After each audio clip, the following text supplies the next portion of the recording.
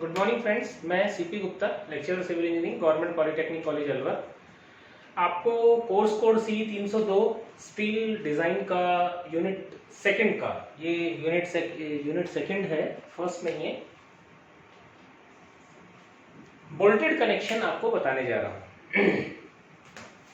देखिए, सबसे पहले तो ये बोल्टेड कनेक्शन बताने से पहले मैं आपको बता दूं, मैंने अपने पिछले लेक्चर में आपको एक बहुत इंपॉर्टेंट और बहुत सटीक बात समझाई थी। मैंने आपसे कहा था कि कभी भी किसी स्टील स्ट्रक्चर में जब भी हम डिजाइन करते हैं, डिजाइन का सीधा सा मतलब है कि साहब हमको कुछ भी बनाना है तो उसे कैसे बनाना है और कैसे बनाना है और किस टाइप के फोर्सेस के लिए बनाना है और उन फोर्सेस को झेलने में वो सक्षम होना चाहिए। ये हमारा बेसिक प्रिंसिपल रहता है। स्टील स्ट्रक्चर में, आरसीसी में ऐसा नहीं होता है। स्टील स्ट्रक्चर में पर्टिकुलरली सपोज करिए कि दो प्लेट्स को मुझे जोड़ना है। अब मुझे दो प्लेट्स को अगर जोड़ना है तो मैं इन दो प्लेट्स को जोड़ने के लिए यहां पर कोई नट बोल्टिंग कर सकता हूं, यहां पर मैं वेल्डिंग कर सकता हूं, या फिर मैं यहां एक रिवेट लगा सकता हूं। इस प्रोसेस को, यानी जोड़ने वाले प्रोसेस के लिए जो भी मेथड इस्तेमाल करता हूं उसे फास्टनर कहते हैं। क्या कहते हैं? फास्टनर। तो फास्टनर का सीधा सा अर्थ है, यानी फास्टनर वर्ड आप जहां भी पढ़ेंगे IS 800 के अंदर, फास्टनर का सीधा सा मतलब है कि दो मेंबर्स को कनेक्ट करने वाला। वो कनेक्ट कैसे भी हो सकता है। तो कनेक्ट करने वाला क्या हो सकता है? हम नॉर्मली तीन ही तरीके इस्तेमाल करते हैं स्टील में। या तो हम नट बोल्ट इस्तेमाल करते हैं या फिर वेल्डिंग इस्तेमाल करते हैं, मोस्ट कॉमनली यूज जो है। और रिविट एक्चुअली आजकल ऑब्सोलीट हो गई है, तो रिविट भी इस्तेमाल कर सकते हैं। रेलवेज में ही केवल बोगीज बनाने में ही यूज होता है, अगर होता है तो कहीं पर। और भी कुछ एप्लीकेशन होंगे जिनकी शायद मुझे भी जानकारी नहीं है।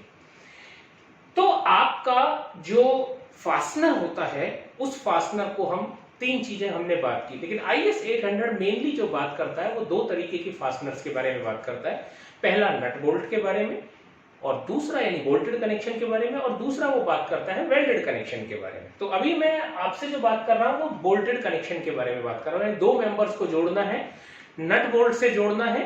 तो नट बोल्ट से जोड़ने के लिए मैं किस किस तरीके के बोल्ट इस्तेमाल करता हूं। तो सबसे पहले तो आपको यह समझ में आना चाहिए साहब कि बोल्ट क्या होता है और नट क्या होता है। तो देखिए, ये मैं आपको एक वो दिखा रहा हूं, ये आपको पिक्चर दिख रही होगी। इसमें ये आपको एक हेक्सागोनल हेड दिखाई दे रहा है, इसको हेड बोलते हैं। इस चीज को हम बोल्ट बोलते हैं। क्या बोलते हैं? बोल्ट। और इस बोल्ट के ऊपर जो हम ये कसते हैं, ये इस तरीके की चूड़ी सब लोगों ने देखा होगा ये अपनी लाइफ के अंदर। ये जो आपको दिखाई देता है ये भी हेक्सागोनल हेड टाइप का होता है, ये आपका होता है नट। तो ये जो नट बोल्टिंग है, इस नट बोल्टिंग से, जैसे मान लीजिए मुझे किसी भी दो मेंबर को जोड़ना है, तो किसी भी दो मेंबर को जोड़ने के लिए मैं बड़ा सिंपल सा तरीका इस्तेमाल कर सकता हूं। और वो तरीका है मेरा कि मैंने इस मेंबर और इस मेंबर दोनों को इस तरीके से कनेक्ट किया, ऐसे ये इसके अंदर घुसा दिया, और यहां से मैंने इसके अंदर ये बोल्टिंग नट इसके अंदर कस दिया, और ये अल्टीमेटली पूरा चूड़ी यहां तक कसकर ये पूरा मेंबर जुड़ गया। ये एक फास्टनिंग का तरीका हो गया। ये नट बोल्टिंग के तरीके से हम इस्तेमाल करते हैं। अच्छा साहब, अब देखिए ये जो बोल्ट्स हैं, ये एक्चुअली हमारे पास ये जो बोल्ट है ये भी दो तरीके का होता है। एक मैंने आपको जो ये बोल्ट दिखाया, अगर आप इस बोल्ट को ध्यान से देखें तो इस बोल्ट के ऊपर यहां से लेकर और यहां तक आपको थ्रेड्स दिखाई दे रही हैं, चूड़ियां दिखाई दे रही है। दिखाई दे रही है? ठीक। एक दूसरे तरीके का बोल्ट भी हो सकता है जिसके अंदर, इसका हेड पे मत जाइएगा, जिसके ऊपर आप देखिए कि यहां से यहां तक तो प्लेन पोर्शन है। मेरी जो ये अंगुली के इधर की तरफ आपको दिखाई दे रहा है ये तो प्लेन पोर्शन है, और इसके इधर की तरफ आपको थ्रेडेड पोर्शन दिखाई दे रहा होगा। आई थिंक ये क्लियर होना चाहिए पिक्चर के अंदर। तो ये इस तरीके का, ये मैंने फोटोग्राफ भी बनाया है। ये जो मैं आपको दिखा रहा हूं इस समय, ये इसी फोटोग्राफ का है। यानी इसमें पूरा का पूरा, जैसे ये पूरा थ्रेडेड है, ऐसा थ्रेड नहीं होता। ये वाला पोर्शन अनथ्रेडेड, यानी जिसपे थ्रेड नहीं कटी होती है, और ये वो पोर्शन होता है जिसके ऊपर थ्रेड कटी होती है। एक्चुअली अलग अलग एप्लीकेशंस के लिए हम अलग अलग टाइप के बोल्ट्स इस्तेमाल करते हैं। नॉर्मली हमारे पास दो टाइप के बोल्ट्स होते हैं। पहला बोल्ट होता है ब्लैक बोल्ट, और दूसरा होता है हाई स्ट्रेंथ बोल्ट। जो ब्लैक बोल्ट होता है ये एक्चुअली हमारे पास सस्ते टाइप का बोल्ट होता है। ये ऑर्डिनरी काम के अंदर हम इस्तेमाल करते हैं। जब भी कभी स्टील का कोई ऑर्डिनरी वर्क होता है, छोटा मोटा काम जिसमें कोई बहुत ज्यादा लोडिंग नहीं होती है, जिसमें कोई इंपैक्ट लोडिंग नहीं आती है, डायनामिक लोडिंग नहीं होती है, और जिसमें हमें थोड़ा सस्ता काम करना होता है, क्योंकि ये बोल्ट्स जो ब्लैक बोल्ट होते हैं ये सस्ते टाइप के यानी चीपर टाइप के बोल्ट्स कहलाते हैं। तो इस तरह का अगर सस्ता काम करना हो और हल्का काम करना हो स्टील में, क्योंकि हर जगह पर स्टील में ज्यादा स्ट्रेंथ की आवश्यकता नहीं होती है, लेकिन अगर कहीं पर हम ऐसी कोई स्ट्रक्चर बना रहे हैं छोटी मोटी जिसमें हमें बहुत ज्यादा लोड की आवश्यकता नहीं है या बहुत ज्यादा लोड नहीं आ रहा है, डायनामिक इंपैक्ट लोड नहीं आ रहा है, तो वहां ब्लैक बोल्ट इस्तेमाल किया जा सकता है। दूसरे टाइप का जो बोल्ट होता है वो हाई स्ट्रेंथ बोल्ट होते हैं। ये हाई स्ट्रेंथ बोल्ट जो होते हैं ये काफी अधिक स्ट्रेंथ ले सकते हैं, ये महंगे भी होते हैं, और इन बोल्ट्स की जो टेंसाइल स्ट्रेंथ होती है वो भी काफी ज्यादा होती है। ये HSFG मैंने लिखा है, ये एक तरीके का हाई स्ट्रेंथ बोल्ट होता है, high strength friction grip bolt.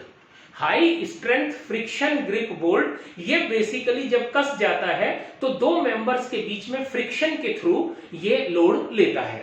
ठीक, अब आपका ये दो तरीके के नॉर्मल हमारे पास बोल्ट्स होते हैं, तो हम जो बात करेंगे वो अपना इन बोल्ट्स के बारे में बात करेंगे। टाइप्स ऑफ बोल्टेड जॉइंट, देखिए तीन तरीके के बोल्टेड जॉइंट्स होते हैं। पहला बोल्टेड जॉइंट ऐसा जॉइंट होता है जिसे हम पिंड जॉइंट कहते हैं। अभी मैंने आपको एक एग्जांपल दिखाया, मान लीजिए मैं इन दोनों मेंबर्स को इस तरीके से कनेक्ट कर देता हूं, इस तरीके से मैंने एक कनेक्शन कर दिया, और सपोज करिए कि एक मेंबर मेरा इस तरीके से है, इस मेंबर पर अगर मैं लोड लगाता हूं, मैंने एक बोल्ट लगा दिया, नट से कस दिया, अगर मैं इसके ऊपर लोड लगाता हूं तो आप देखिए ये आराम से घूम सकता है कि नहीं घूम सकता है, बिल्कुल घूम सकता है। लेकिन अगर इस नट बोल्ट को कहीं पर मैंने टाइट कर दिया तो ये घूम तो सकता है, मगर क्या ये ऊपर नीचे जा सकता है? नहीं जा सकता।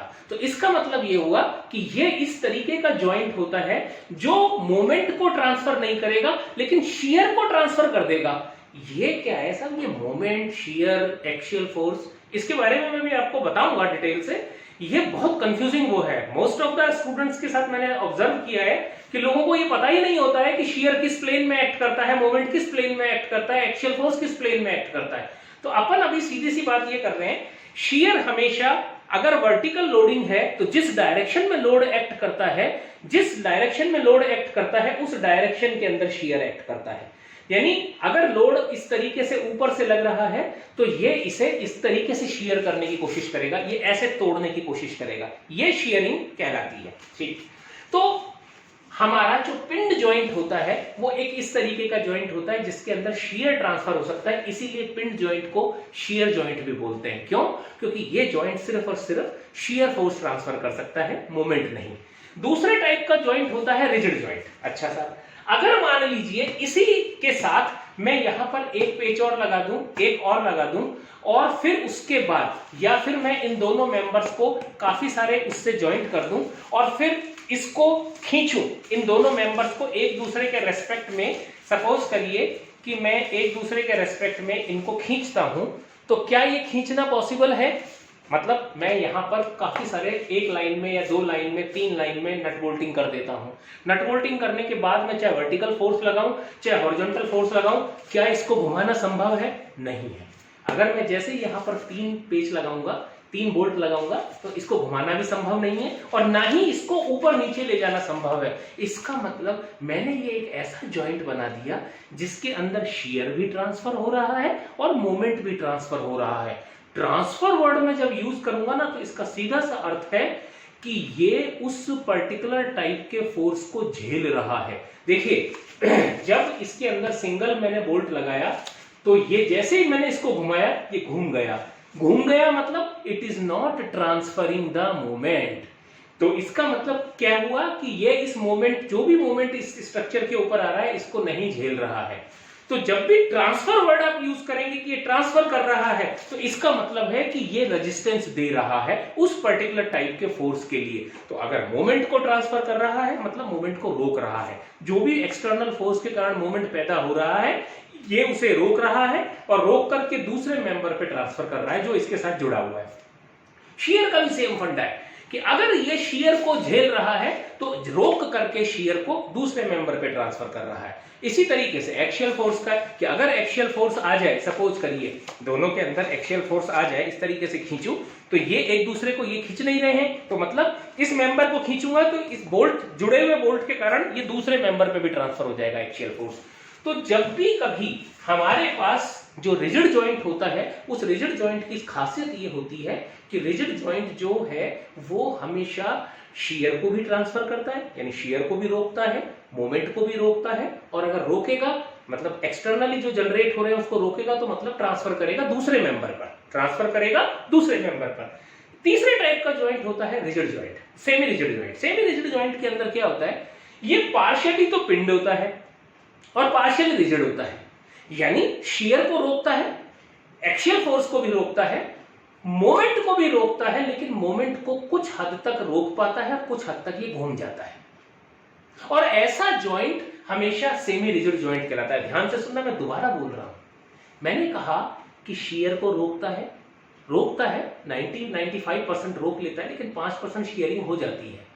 यदि एक्शियल फोर्स को देखें तो एक्शियल डायरेक्शन में भी रोक रहा है, लेकिन 2-3% अगर मान लीजिए मूवमेंट हो गया, तो आप ये थोड़ी कह सकते हैं कि 100% रिजिड हो गया या 100% परफेक्ट हो गया, नहीं। अगर मोमेंट के अंदर इसने मोमेंट रोका तो सही, लेकिन मान लीजिए ये अगर मोमेंट नहीं रुकता तो ये पूरा ऐसे घूम जाता ना, लेकिन अगर मान लीजिए ये सिर्फ इतना सा घूम जाता है और इतना सा घूम के रुक जाता है, तो इसका मतलब आंशिक रूप से पार्शियली मोमेंट को रोक रहा है। ऐसा स्ट्रक्चर, ऐसा जॉइंट सेमी रिजिड जॉइंट कहलाता है, क्योंकि इसके अंदर पिंड की भी प्रॉपर्टी होती है और रिजिड की भी प्रॉपर्टी होती है। और मैं आपको ईमानदारी से बताता हूं, जितने भी स्ट्रक्चर स्टील डिजाइन या स्टील स्ट्रक्चर में जॉइंट्स आपको मिलेंगे, ये सारे के सारे आपको 99.9% सेमी रिजिड टाइप के मिलेंगे। चाहे कोई कितना भी क्लेम कर ले कि ये रिजिड जॉइंट है, रिजिड कभी कोई जॉइंट होता ही नहीं है। कहीं ना कहीं कोई ना कोई वेल्डिंग में कमी रह जाती है, नट बोल्टिंग में कमी रह जाती है, किसी और कारण से लूज कनेक्शंस रह जाते हैं, किसी और कारण से हमारा छोटा मोटा स्लिप हो ही जाता है। और इसी वजह से हमने स्टील डिजाइन के अंदर ये माना है कि जो जॉइंट्स होते हैं वो ज्यादातर सेमी रिजिड होते हैं। तो ये हमारे टाइप्स ऑफ बोल्टेड जॉइंट की बात हुई। उसके बाद फेलियर ऑफ बोल्टेड जॉइंट, ये बहुत एक इंटरेस्टिंग चीज है कि कोई भी बोल्टेड जॉइंट जब फेल होता है, तो देखिए साहब, अगर ये बोल्ट फेल होगा, इस बोल्ट के फेल होने के 3 तरीके पॉसिबल हैं। बोल्ट के फेल होने के 3 तरीके पॉसिबल हैं। पहला टेंशन में, दूसरा शियर में, और तीसरा बियरिंग में।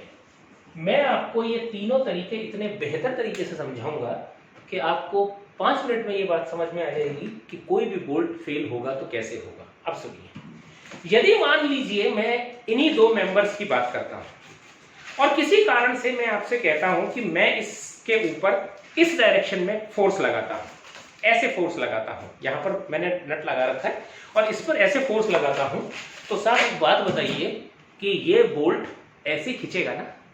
अगर ये बोल्ट ऐसे खींचेगा तो इसका मतलब इस बोल्ट के अंदर टेंशन होगी ना, क्योंकि अगर किसी चीज को हम खींचते हैं तो टेंशन होगी ना। यील्डिंग बोले या टेंशन बोले एक ही बात है, यील्डिंग बोले या टेंशन बोले एक ही बात है। तो ऐसा बोल्ट किसमें फेल होगा? टेंशन में। टेंशन में मतलब ये खींचेगा और खींच करके खींचता हुआ चला जाएगा और फाइनली, जैसे स्टील का टेंशन डायग्राम मैंने आपको दिखाया था कि शुरुआत में स्ट्रेट लाइन होता है, फिर यील्डिंग पे पहुंचता है, उसके बाद बहुत ज्यादा उसके अंदर डिफ्लेक्शन डेवलप हो जाता है, यानी स्ट्रेन डेवलप हो जाती है और उसके बाद फाइनली जाकर के वो टूट जाता है। ठीक इसी तरीके से फेलियर होगा। ऐसा फेलियर टेंशन फेलियर कहलाता है। दूसरा टाइप का फेलियर शियर फेलियर। मैंने अभी आपको क्या बताया था?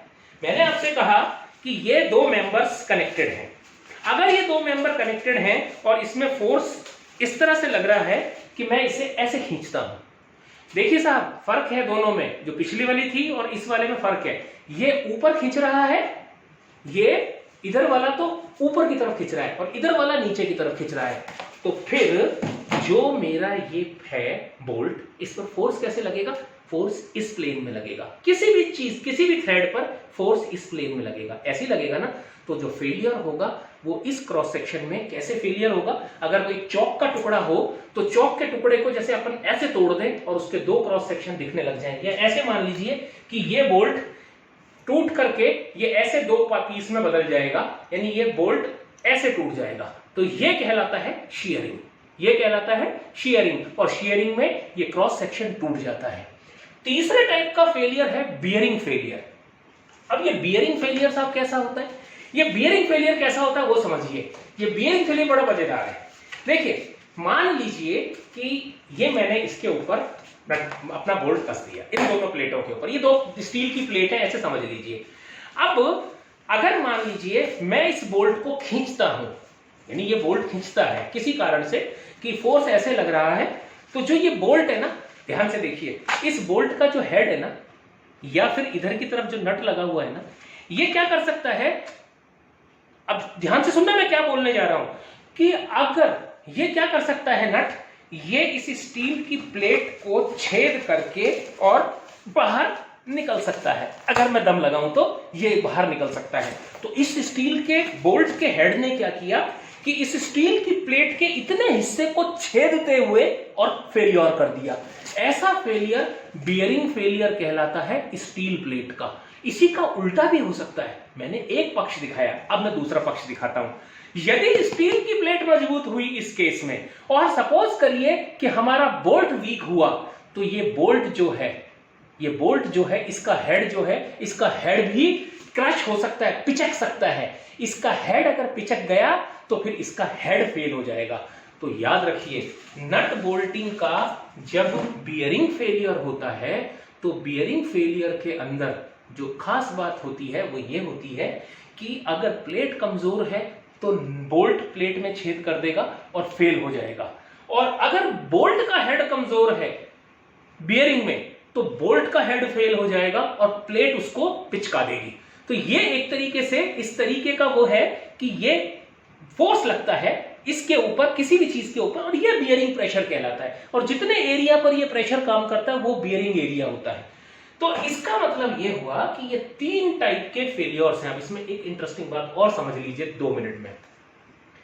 ये टेंशन फेलियर मैंने आपको अभी कहा कि बोल्ट को मैंने खींचा और बोल्ट फेलियर हो सकता है। याद रखिए, अगर सपोज करिए कि स्थितियां ऐसी हैं कि इन दोनों प्लेट्स को मैं ऐसे खींच रहा हूं टेंशन में, इसको तो इधर खींच रहा हूं, इसको इधर खींच रहा हूं, तो बोल्ट भी टेंशन में रहेगा।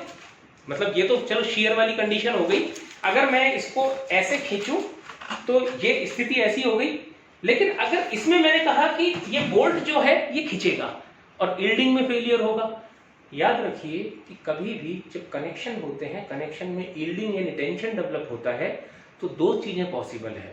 अगर बोल्ट का यील्ड स्ट्रेंथ वीक है तो पहले बोल्ट खींच जाएगा और बोल्ट टेंशन में फेल हो जाएगा। लेकिन अगर जिन 2 मटेरियल्स यानी जिन 2 स्टील के मेंबर्स को इस बोल्ट ने कनेक्ट कर रखा है, उन स्टील मेंबर्स की अगर यील्डिंग स्ट्रेंथ इससे पुअर है, तो फिर पहले कौन खींचेगा? वो खींचेंगे कि ये खींचेगा? तो वो हो सकता है कि यील्डिंग में फेल हो जाए, या फिर हो सकता है बियरिंग में फेल हो जाए। ये एक डिपेंड करता है कि कनेक्शन किस टाइप का है। और शेयर कनेक्शन में मैंने आपको बता ही दिया कि बोल्ट का शेयर कनेक्शन इस तरीके से फेलियर हो सकता है, बियरिंग का फेलियर मैंने आपको बता दिया। तो ये ओवरऑल जस्ट एक इंट्रोडक्टरी लेक्चर है आपका बोल्टेड कनेक्शन के बारे में। Thank you very much.